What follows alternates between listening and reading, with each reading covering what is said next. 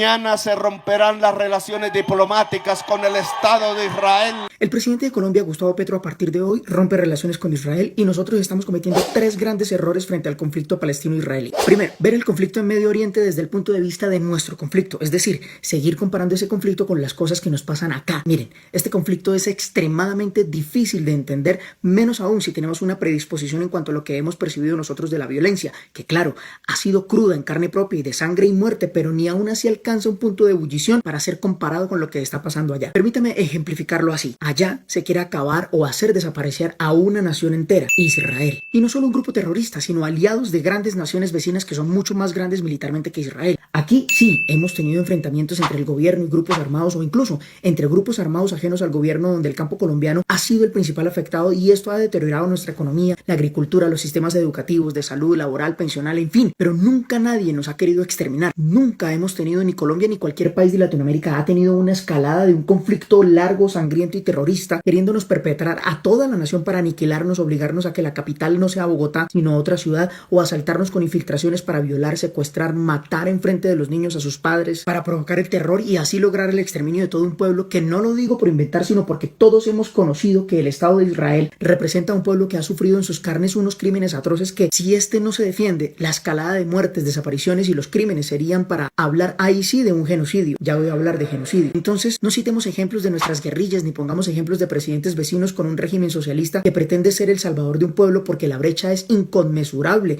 incomparable. No da lugar a que veamos o entendamos este conflicto desde nuestra perspectiva. Segundo error, ver este conflicto con un antecedente religioso. Me sorprende que los que abanderan en sus discursos la defensa de los derechos humanos son los que más atacan la fe de los cristianos, quienes asumen una postura bíblica citando a Israel como la tierra prometida de Dios, diciendo de manera burlesca que su diosito es un dios violento, patético y muchos etcéteras en los adjetivos. Pero aún peor, me sorprende más leer a cristianos atacando al presidente Petro por manifestar sus ideales y condenándolo al infierno o a la misma muerte por no asumir una postura en pro de Israel. Yo amo Israel, anhelo, pido y busco que haya paz allí, pues he ido a Israel, pero no por ello he de calificar a mis amigos que no piensan igual con deplorables distinciones como si me existiera el derecho de sentenciar el mal para sus vidas. Y de eso están llenas las redes sociales. Craso error si esto lo veo como una lucha religiosa. Y si quiero verlo así, pues aún más fariseo soy, porque siempre tendré las piedras en la mano para lanzárselas al que no haga lo que a mí me parece que está bien. Y ahí sí en nada me parezco a Jesucristo respondiendo con violencia a las declaraciones opuestas a la visión que tengo de Israel. O cuando se culpa a Israel, por ejemplo,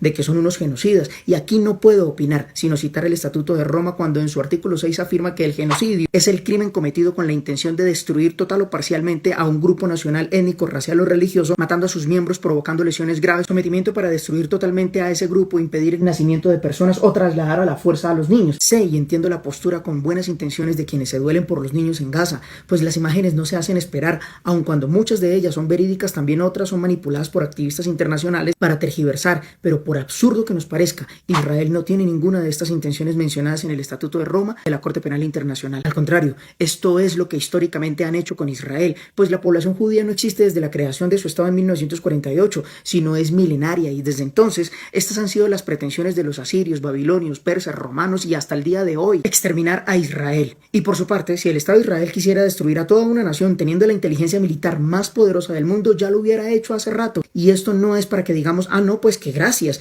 No, no es la intención. Y tenemos buena fe al querer que se preserve la vida y añorar que no sigan los civiles siendo atacados ni asesinados en Palestina, pero lamentablemente jamás amplía su cobertura al interior de los edificios y todo tipo de estructuras donde hay población civil que muere no porque Israel los ataque, sino porque sus grupos militares les han usado cobardemente como escudo humano, y peor aún, siendo los civiles avisados por Israel para que se desplacen. Entre otras, si Israel fuera genocida, ¿por qué les piden que evacúen hacia donde están los límites de sus ataques? Simplemente perpetrarían, así como lo hizo Hamás el pasado 7 de octubre. Sí, la crisis humanitaria es grave, pero al no defenderse se cuadruplican las muertes de civiles en toda la región. Jamás no se va a detener. Y pregunto a los que apoyan la resistencia armada, ¿acaso es lo que queremos? ¿Que los muertos asciendan a cifras insospechadas, acabando con toda una nación, preferiblemente siendo israelitas? No tengo las pruebas en mis manos, pero tampoco tengo la menor duda de que esto es lo que pasará si Israel, en su legítima defensa, aplicando el derecho internacional humanitario, tiene para acabar con este conflicto que por fortuna no es resuelto por dirigentes de esta región del mundo, porque otra sería la historia. Tercero y último error, creer a Gustavo Petro en todo lo que dice y dejarse representar por su ideología. No pueden llegar las épocas del genocidio, del exterminio de un pueblo entero ante nuestra pasividad.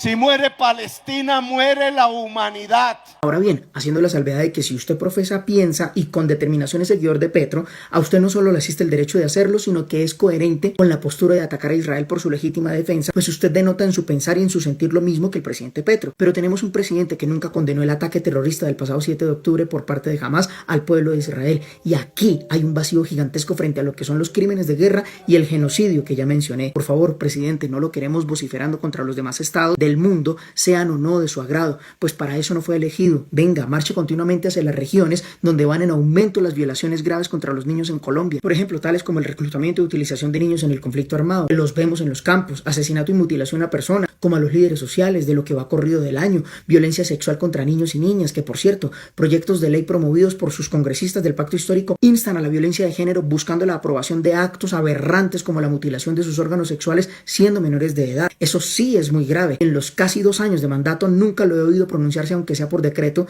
en favor de estas poblaciones para proteger a tantos menores de edad de tan horrendas intenciones. Si bien estos conflictos no alcanzan el umbral para aplicar con todo el derecho internacional humanitario, sí requiere de sus esfuerzos, presidente Petro, para controlar las situaciones de violencia que pueden gobernarse por el derecho interno, pero que usted tiene en un descuido por querer prosperar con sus ideas y no por liderar el mando que debe proteger a los colombianos de grupos como el ELN, EPL, las disidencias que no se acogieron al proceso de paz y que tiene como epicentro regiones donde las familias son verdaderas víctimas de un conflicto armado interno que sí, usted no tiene la culpa, pues es el vestigio de los gobiernos anteriores, pero usted sí puede ocuparse en esto ahora mismo en vez de seguir apoyando la resistencia armada de unos terroristas y de poner el ojo en un conflicto donde por muy soberbia que sea su postura ideológica, jamás tendrá fruto solo por declararse con un pensamiento pro-palestino. Luego, en cambio, sí hace mucho si se declara justa y sabiamente un defensor de los derechos humanos en Colombia, que es donde lo necesitamos de aquí hasta el 7 de agosto del 2026.